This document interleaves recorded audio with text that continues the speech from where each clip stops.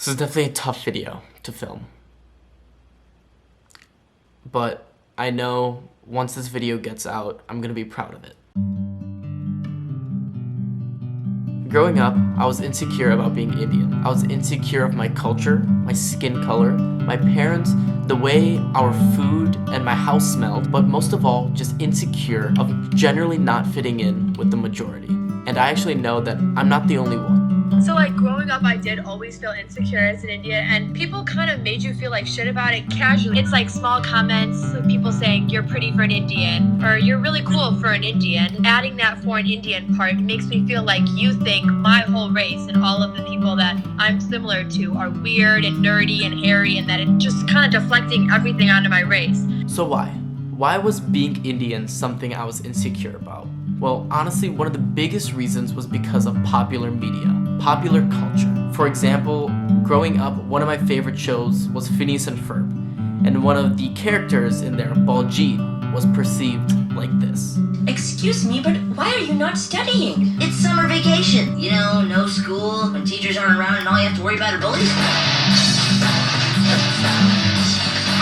I also remember this one time in elementary school when my mom packed me a lunch that was of Indian food. It was rice and sambar. And I remember taking this thermos down to the cafeteria at the time. And I remember opening up that thermos, and right away, everyone at my table had a whiff of what these Indian spices smelled like. And right away, I remember, again, I was that odd one out. I was the person who had the weird food, and I felt so insecure about it that I actually didn't take Indian food to school again for the rest of middle school and high school. And honestly, I didn't really get over the fact that I was insecure, especially about Indian food, until last summer, after my freshman year of college. I made chicken. I hope that isn't one of the animals that you people think is magic.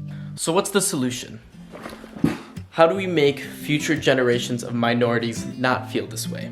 We hear so much about avoiding stereotypes and prejudice and offending people, but I think there's an easier point of focus, right? Instead of thinking about when you might be offending someone, think about when you might be valuing someone. I think it's easier to focus on valuing what makes ourselves and each other different. And I don't mean to just say be yourself and that it'll all work out. I mean, take an active interest in what makes other people different and explore it yourself. And you might not end up liking it, but that's not the goal. The goal is to seek to understand. And you can make a real difference that way. I mean, the confidence that you gain when you simply feel understood, it can be life-changing, literally.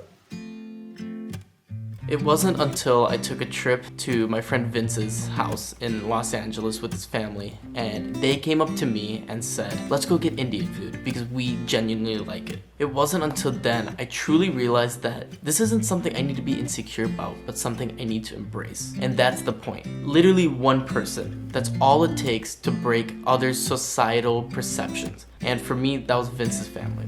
But that's the message to all of us.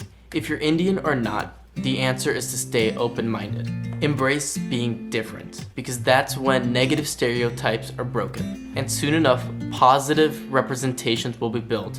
So the 10-year-old, 12-year-old kids like me are not going to feel insecure about their culture.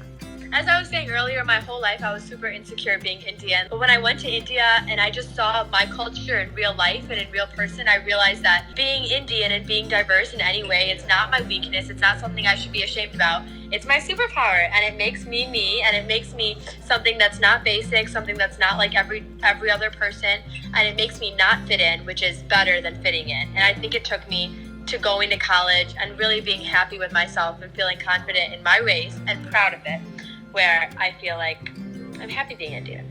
And I love it.